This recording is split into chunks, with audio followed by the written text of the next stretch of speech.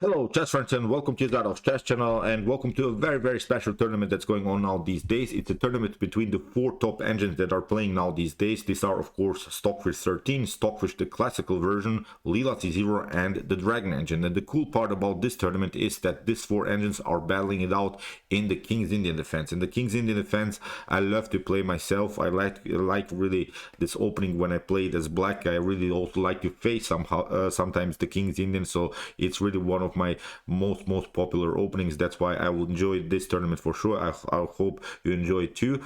We have seen also a very cool Karokan tournament between these four engines, and Stockfish 13 won this super event with a clear result. Slila C0 was on the second place, and the Dragon engine finished on the third place. But now in the King's Indian tournament, Stockfish 13 is not so good. Stockfish 13 is so far only on the third place, which is really wild. Leela C0 is now in the leads. The Dragon engine is on the second place, and the Stockfish 13 is only on the third place with 2 points behind Leela C0. Really wild stuff. I'm not sure why Stockfish 13 is not so good in the King's Indian. I'm not sure what's going on, but we'll see what will happen in the continuation of the tournament. So far, as I said, Leela C0 is in the lead. So I've sorted out really one brilliant game. This is really chess pervert game. I'm not sure how to explain this game. It's really one of the sickest ideas in chess that you see. It's really a brilliant idea that you see, I think, in this particular game. Be prepared. This is simply I don't know, chess from another dimension. So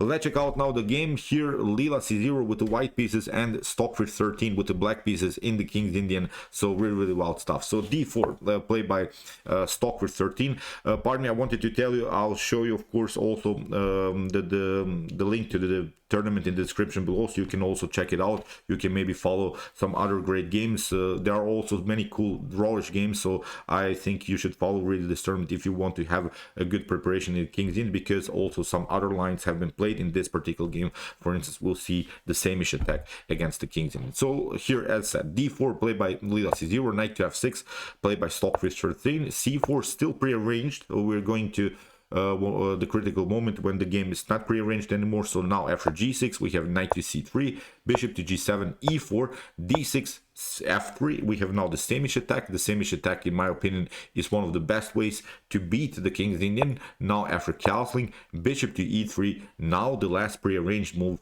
is the move c5. And what I like about this particular tournament, that the move c5 is actually good. So it's really one of the best ways to beat the same-ish attack from black's perspective. So it's not one of these tournaments that we have seen now recently in which black is playing maybe in a regular opening. I think these are pretty much decent opening lines that are now chosen for both engines. I think this move c5 is really one of the best ways to break this kind of a structure, because it seems so that you could lose maybe your pawn on c5, but actually I've played several times this particular line from black's perspective myself. And now if you, for instance, try d takes c5, here maybe d takes c5 can happen, queen to d8, rook takes d8, and you could maybe take here the bishop on the pawn with the bishop on c5. But now after knight to c6 and something like, I don't know, rook to d1, trading off is here a possibility. Now this is the main line. I think this is a sort of a line that you should memorize if your opponent takes out the pawn on c5.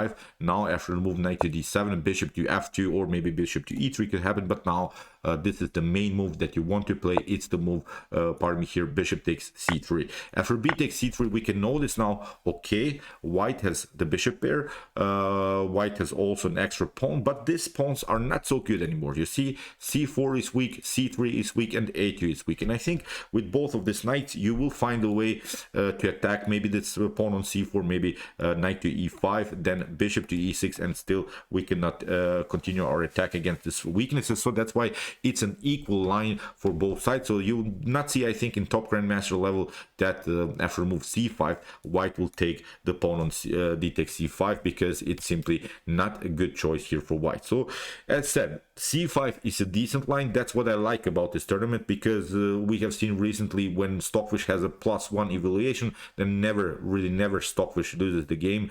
Leela C0 had some trouble also in this better evaluations, but still when Stockfish, as I said, has a great evaluation, it's simply too much to handle for this other engine. So that's why I liked this particular line. After move c5, perfectly fine for now for both sides. And in the game, knight from g to e2. This is now a very popular line of the samish attack. Here we have queen to a5, knight to c1 played by Lila c0, and now after move queen to b6.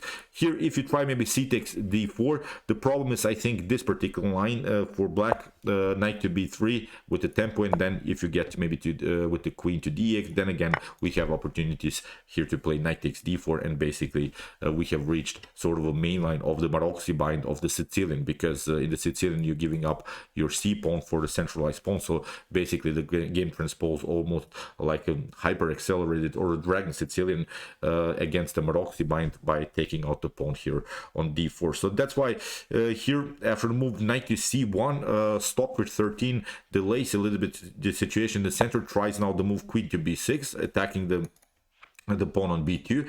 In the game knight to b3 played by Lila c0, we have now this idea again, c takes d5, d4, pardon me. After bishop to d4, again the queen has to retreat, but now after move bishop to e2, knight to c6 was played. So you see Lila c0 is now challenged. We have to retreat the bishop, because you don't want to give up, of course, your dark square bishop here in such an early stage of the game, because then this dark square bishop of blacks would be very, very dangerous. So that's why bishop to e3. Although black has lost several tempi with the queen to a5, queen to b6, queen to d8, but white did also lose. I think we can notice that some tempi with the bishop was on e3, then on d4, then again on e3. So when we count tempi, I think equal chances now for both sides. Okay, after the move bishop to e6, here a knight to d4 was played by Lila c0, cementing the knight further in the center. And there is now a great strategical idea from black's perspective. If you have trouble maybe to play against this Maroczy bind structures, this is now a Maroczy bind structure with the move c4 and e4, and with this knight centralization around the square d4, and with this setup with the bishop on e3.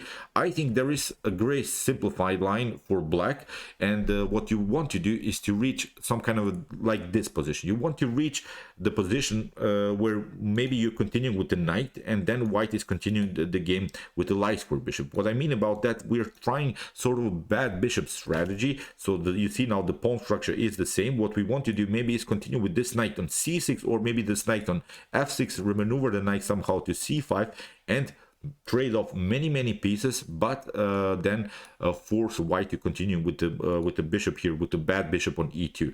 That's why I'm telling you this, because you see now the next couple of moves by Stockfish 13, why Stockfish is playing these moves, why Stockfish is trying this strategy, because the bad bishop strategy against this bishop on e2, you see this bishop is simply blocked out by its own pawn.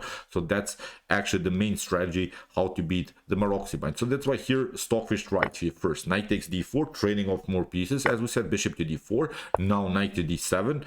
So we're trying to trade off even the star square bishops. We would love to also trade off our light square bishop for the knight, and then, as we said, cement the knight on c5 and reach a similar position like this. Of course, not the same, because the queens and the rooks are on the board, but you want to also, from black's perspective, trade off the rooks, trade off the queens if it's possible. So I think as a strategical goal, this could simply work. So after move knight to d7, we have b3, bishop takes d4. So you see Stockfish 13 doesn't mind to trade off here the bishops, queen to a5, f4, a very important move, because we want to have now the flexibility, maybe even to push the pawn on f5, paralyzing a little bit the position on the king side. Here after move rook to c8, castling, and now, as said, queen to c5. Here again, Stockfish 13 tries further trades of pieces. You see, wants to cement the knight on c5.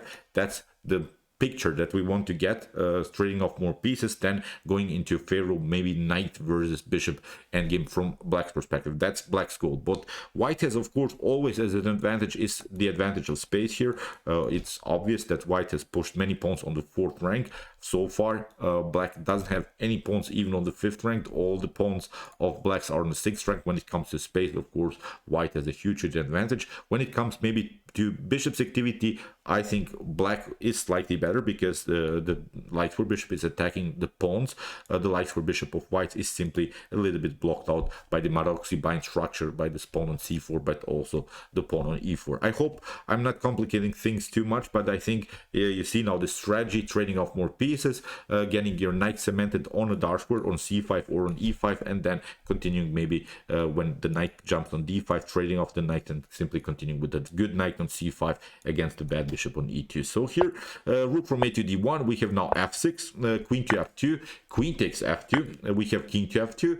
It's now an endgame stage. You want to play with your king because if you take with the rook, then again, I think you have to move the rook to the first rank and then move the king. Now the king, I think when the king comes to d4, the king cannot be attacked by any minor piece. It's a good decision here by Lila C0 to centralize now the king when the pieces are traded off. Then in a potential endgame stage, when maybe some pawns are cleared or something, then you want to have your king in the center. So knight to c5. Now we are reaching almost this position that we want now from black's perspective. After move knight to c5, here king to e3, king to g7, we have h4, a5, and now simply g3, rook from f to e8, and now comes this idea, this Maroczy hop. It's really the name of this move, the Maroczy hop. After move knight to d5, here Stockfish simply trades off the bishop for a knight, and here after rook to d5, it's not the same, but it's a similar position where the bishop is on e2, still a little bit blocked out by these two pawns, but the knight is very well placed here on c5. So far cannot be kicked away by any pawn. So far this knight on c5 is a good defensive piece. So here rook to c6, we have bishop to f3, rook to b6, and here I think Lila c0 smells blood. This move rook to b6 is not so good. It's really a weird rook's position. You see the rook, it's not so good here. The rook could be trapped. That's I think the main issue. You should not place your rooks like this in front of the pawn where the rook could be locked, and that's why here Lila c0, as we said, smells blood, reacts immediately with the move rook to b1. Here rook to c8, we have now g4 first, playing on the king side. Here in the continuation we have a4, we have now b4, and after knight to a6, attacking the pawn. Here a brilliant move by Lila c0, and it's the move b5. It seems so that the pawn on c4 is lost because you can never take actually here b takes a6 because your rook is hanging on b1. But that's actually what Lila c0 wanted. Lila c0 wanted now to play the move b5. If you notice, with the move b5, the rook doesn't have good squares.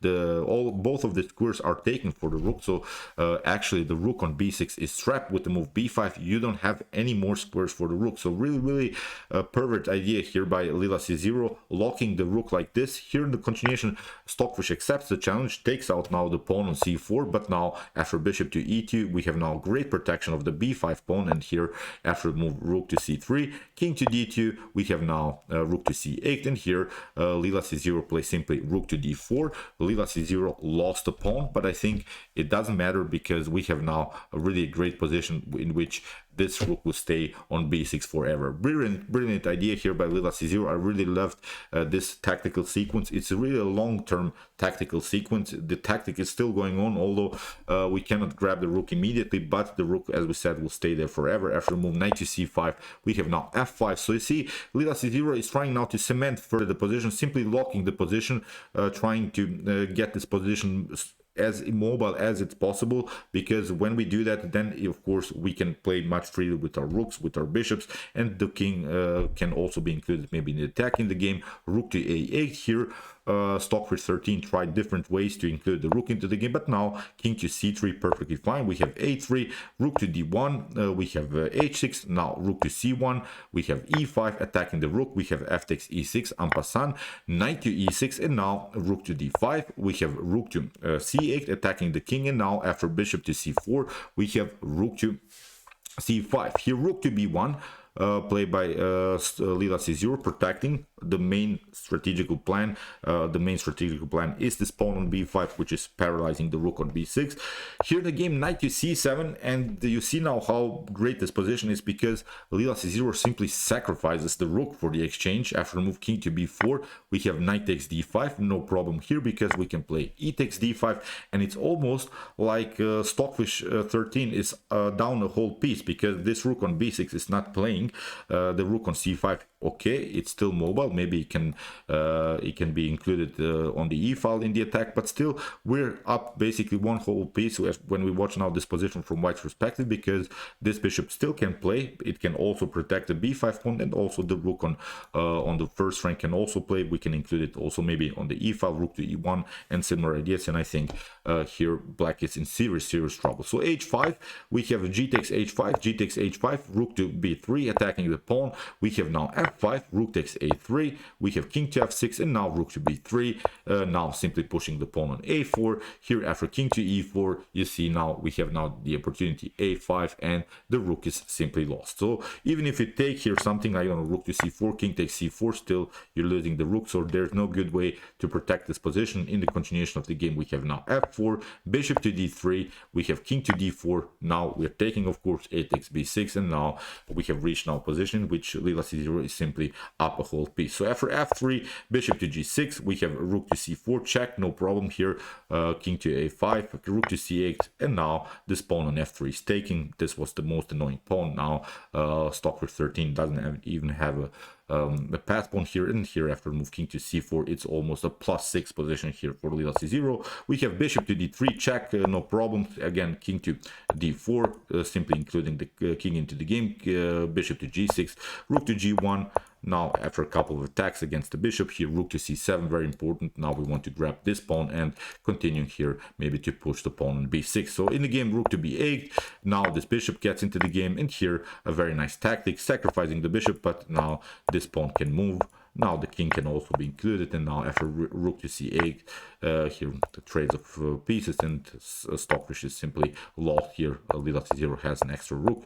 Here d2, rook to d5, d1 the promotion, simply pushing the pawn further, promote the queen, cutting off here the king, and now simply another queen gets here, and after queen to f2, it was checkmate. So really brilliant stuff. Let's go back to this critical moment. I think king to e3, let's go back to this rook to b6 move. Really wild stuff. Rook to b1, and now simply pushing b4, and now b5.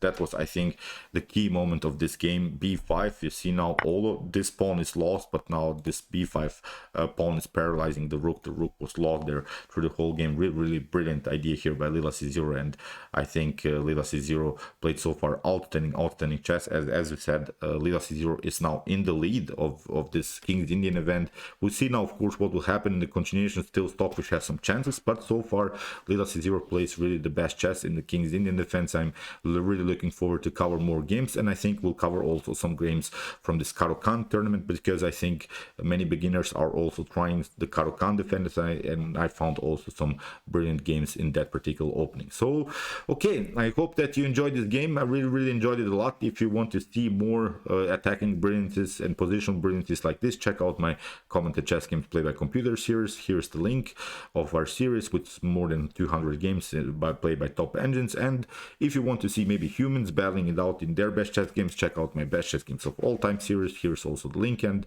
if you like this content, don't forget to subscribe to my channel. See you soon with some more videos, and chess is the best, of course.